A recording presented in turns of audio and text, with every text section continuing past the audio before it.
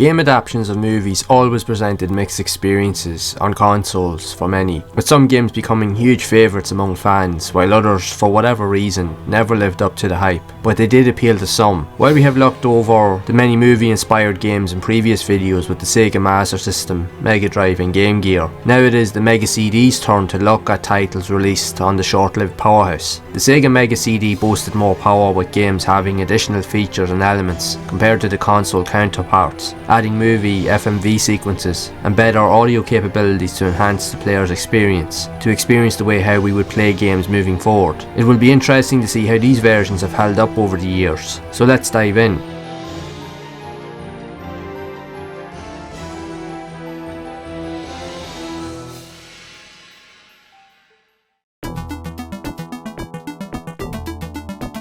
It is probably best to start off this list with what is considered to be the worst movie to game adaptation. Luckily, the Mega CD version isn't the worst of all of the counterparts that are out there. Those accolades would go to the Game Gear version instead. This version isn't all that different from the Mega Drive Genesis counterpart, but with the addition of enhanced sound quality and some extra scenes escaping from avalanches using a snowboard, but the rest of the game mixes beat 'em up with platforming sections, but easily pales in comparison if we compare the gameplay to icons like Streets of Rage and Golden Axe. It just could have been better, but this is an example of rushed development and creators not being sure of what to do with the material during the creation process, which is a shame. But I suppose we will never fully know how and why these games ended up the way that they did.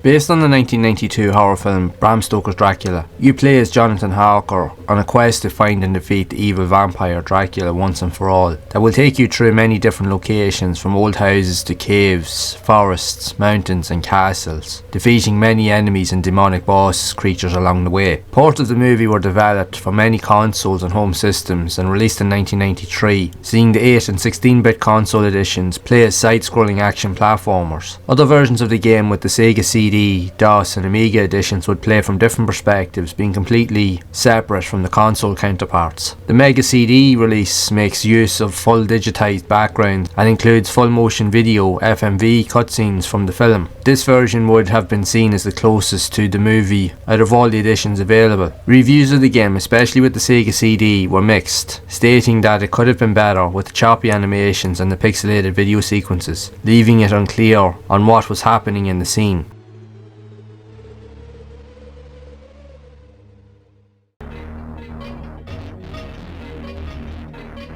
Releasing on the Sega CD, Mega Drive and SNES, Three Ninjas Kickback follows the events of the movie, playing from a selection of 3 characters, each with their own abilities and combat moves, on a quest to retrieve a stolen dagger that has magical powers, where it can have devastating consequences on the world if it falls into the wrong hands. The game acts as an action platformer with beat-em-up elements, taking you through many different locations, all with their own obstacles and hurdles to overcome. The game will be sold as part of a bundle package along with Hook, another movie game adaptation. The reviews of the time didn't rate the game all that high, comparing it to other well-known titles of the time, but it was praised for its co-op gameplay elements, stating that having another player helping out made the experience a lot more worthwhile.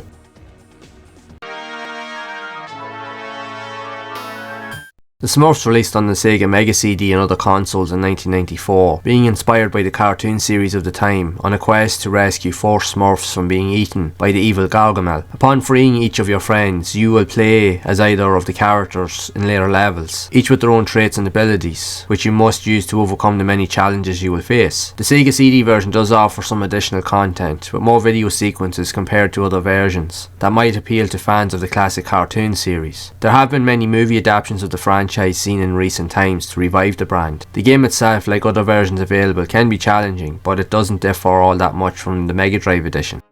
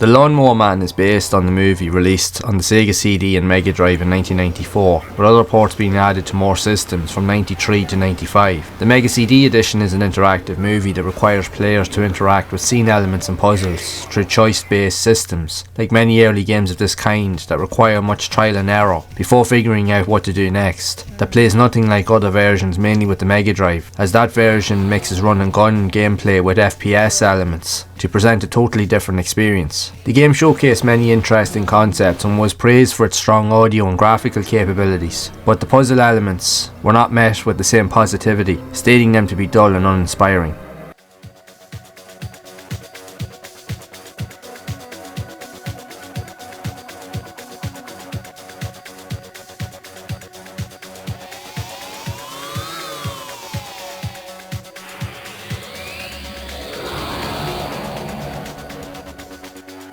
Get ready. Turn left. Pull up. Turn right.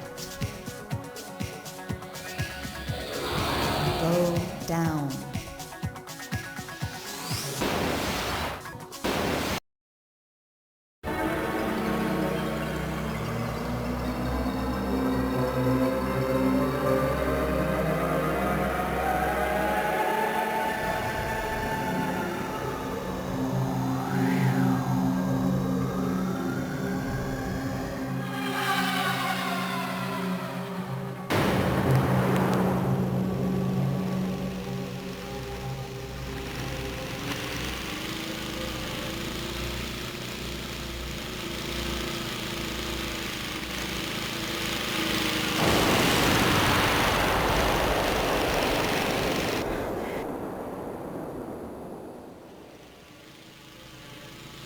Lawnmower Man's in your head now. There's no escape. Ever.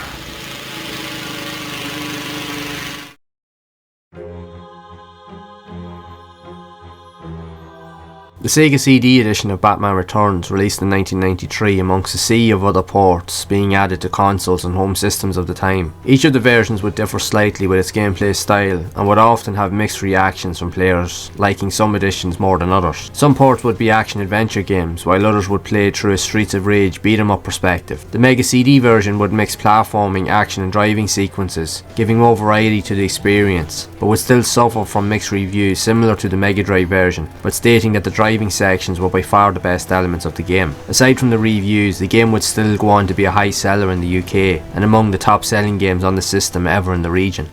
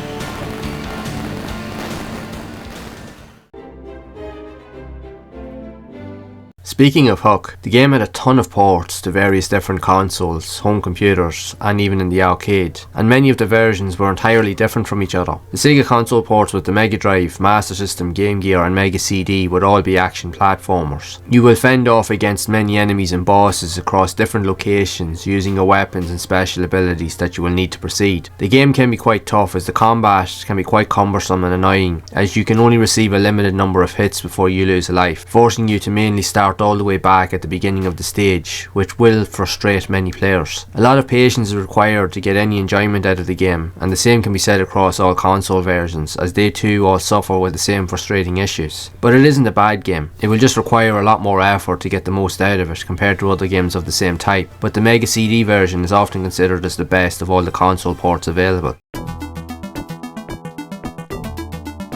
Demolition Man was released on the Mega CD, SNES and Mega Drive in 1995, playing in a run and gun format, with different play styles changing across the many different stages to an over-the-top perspective and one-on-one fighting scenes. The game can be quite difficult, as you only have limited lives and continues to complete the campaign, as levels can be quite long with many enemy encounters and obstacles to overcome, which can be tricky to deal with. The Mega CD version used many video cutscenes and soundtrack elements from the movie itself. It is often considered as a very underrated game, but with many flaws holding it back from true success. However, it is still worth a look if you're a fan of the movie. The Terminator saw a release on the Sega Mega CD in 1993 and was included also on the Sega Genesis, Master System and Game Gear in 1992, with them being an adaptation based off of the classic 1984 film of the same name. The game was developed and published by Virgin Games that follows the role of Kyle Reese, being sent back from the future to save and protect Sarah Connor from the relentless pursuit of the menacing cyborg. The graphics and music took advantage of the Sega CD's capabilities, using digitized full motion video from the film to appear in between levels to advance the story. The Terminator would be praised for its visuals and sound effects, but was criticised for its gameplay. The inclusion of high quality audio and FMV cutscenes helped increase the appeal, but despite the subtle flaws in reviews, it is still often seen as one of the better quality movie adaptations seen from video games during this era.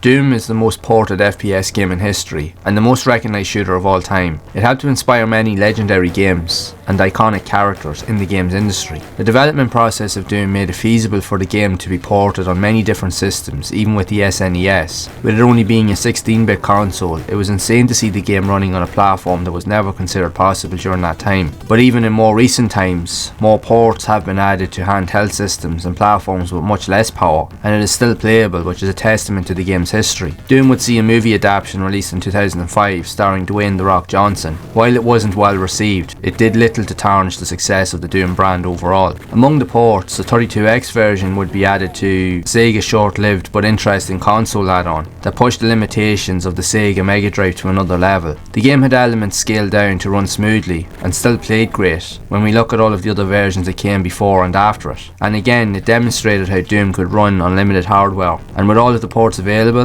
there is no reason why you shouldn't try this one out also.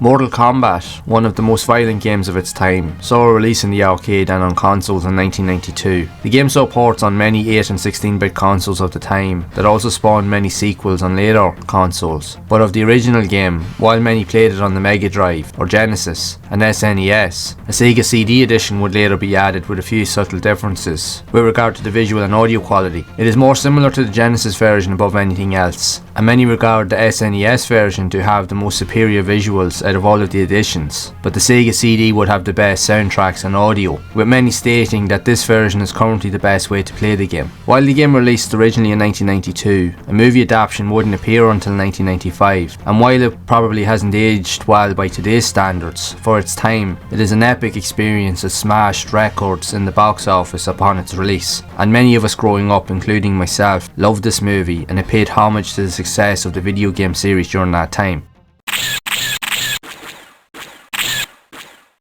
Star Wars Arcade on the 32X, released in 1993, that would be a port of the original, that would act as a sci-fi space shooter, flying a ship tasked with destroying enemy crafts throughout each of the game's levels. The game gives you the option to also change the viewpoint between first and third person perspectives to suit your own playstyle. The 32X version was well received, however it would be downgraded to cope with the limits of the hardware, but it is seen as a solid port of the arcade original with great visuals, sound effects and gameplay that display what was possible with the console hardware.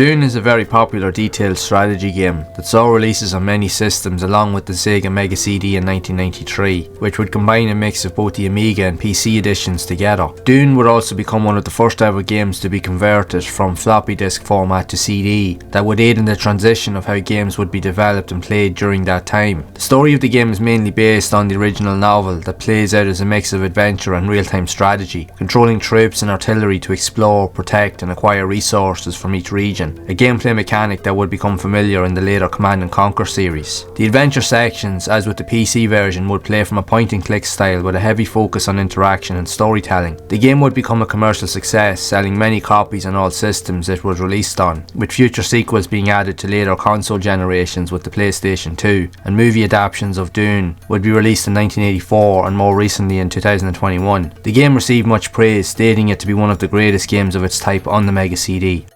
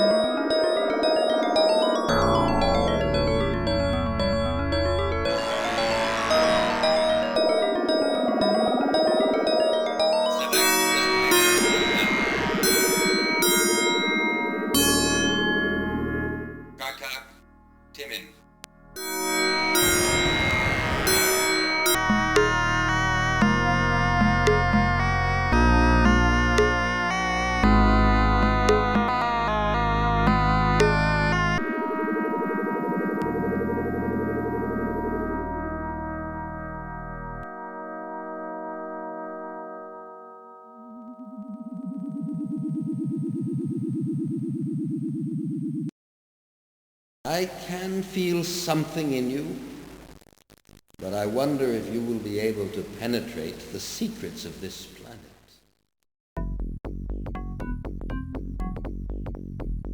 The Mega CD edition of Jurassic Park, released in 1994, and would be a point-and-click adventure, being very different from all of the other versions seen on consoles of the time. The game has a strong emphasis on action sequences, which require split-second timing. The player must search the region to retrieve eggs from 7 different dinosaur species, and place them in an incubator at the Jurassic Park Visitor Centre. The eggs must be collected all within a 12-hour time limit. Aside from the loading times, the game was highly praised for its video, audio and sound design, often being considered as one of the best versions of Jurassic Park seen on consoles during this time.